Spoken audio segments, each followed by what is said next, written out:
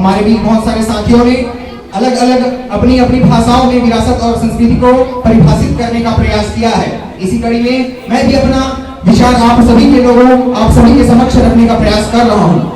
ये ऐसे देश जहाँ चारों धाम और इसके अलावा अनेक ज्योतिर्लिंग जैसे केदारनाथ, बद्रीनाथ, महाकाल और सोमदेव जैसे अनेक ज्योतिर्लिंग जिस भारत में रहते हो, ऐसे भारत की संस्कृति और विरासत पर हमें गर्व क्यों न हो, ये पहला कारण। दूसरा, जहाँ अनेक नदियां गंगा, गोदावरी, कृष्ण, कावेरी और अनेक ऐसे नदियां जिन्हें माताओं का दर्जा प्राप्त हो, तो ऐसे केवल भारत में है, तो ऐसे हमारी विरासत और संस्कृति पर हमें गर्व क्यों ना हो।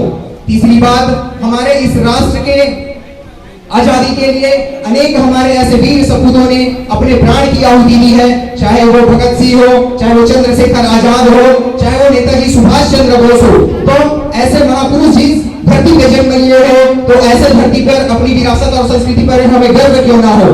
और बात करूंगा मैं जिस मंच पर बोल रहा हूँ, जिस राज्य से आता हूँ, जो मेरी जन्मभूमि है, तो इस बात करता हूँ छत्तीसगढ़ की। छत्तीसगढ़ जिसे हम श्री राम जी का ननिहाल कहते हैं, माता कौशल्या का मायका, और यहाँ जन्म लिए हुए लव कुश जैसे बालक जो कि पूरे विश्व में अपनी पराक्रमता के लिए जाना जाता है। तो ऐसे संस्कृति और सभ्यता पर हमें गर्व क्यों ना हो।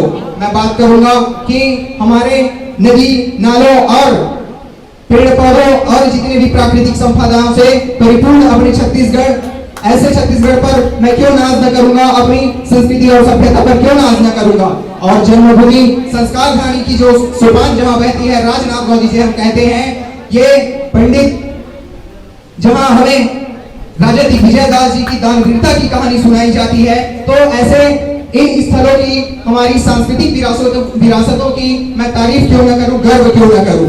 मैं बात करूं, हमारे घर में जब माँ रोटियां बनाती है, तो सबसे पहले वो क्या करती है, गाय को 2 रोटी खिलाती है, उसके बाद खुद रोटियां ग्रहण करती है। तो ये हमारी संस्कृति और सभ्यता बयां करती है, ये हमारी विरासतों को बयां करती है कि सनातन संस्कृति श्रेष्ठ है, हिंदुत्व की जो संस्कृति है वो श्रेष्ठ है। और कुछ चंद पंक्तियों के माध्यम से मैं अपनी वाणी को विराम देना चाहूंगा, अपने स्थान ग्रहण करना चाहूंगा। कुछ कदम तुम बढ़ाओ, कुछ कदम तुम बढ़ाओ, कुछ कदम मैं बढ़ाता हूँ, चलो सभी मिलके फिर से एक बार भारत देश को सोने की चिड़िया बनाते हैं, भारत को सोने की चिड़िया बनाते हैं। इन्हीं भावनाओं के साथ मैं अपना स्थान ग्रहण करना चाहूंगा।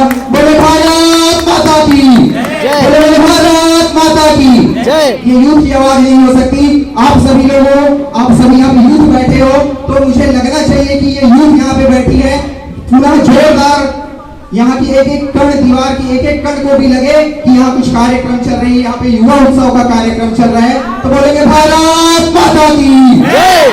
बहुत बहुत धन्यवाद। जय हिंद, जय भारत, जय छत्तीसगढ़।